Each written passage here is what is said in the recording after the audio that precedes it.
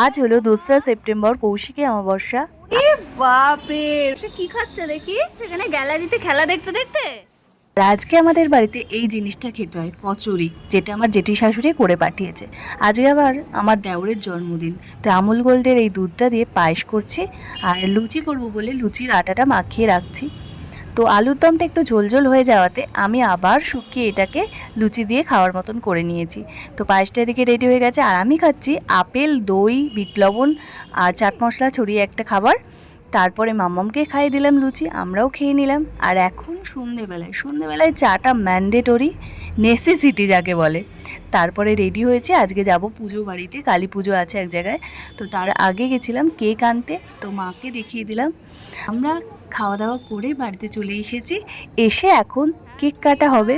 তো ওর বাবা আজকে বাড়িতে নেই, গেছে তারাপীঠে। তো আজকের ভিডিওটা ভালো লাগলে লাইক, কমেন্ট, শেয়ার, সাবস্ক্রাইব।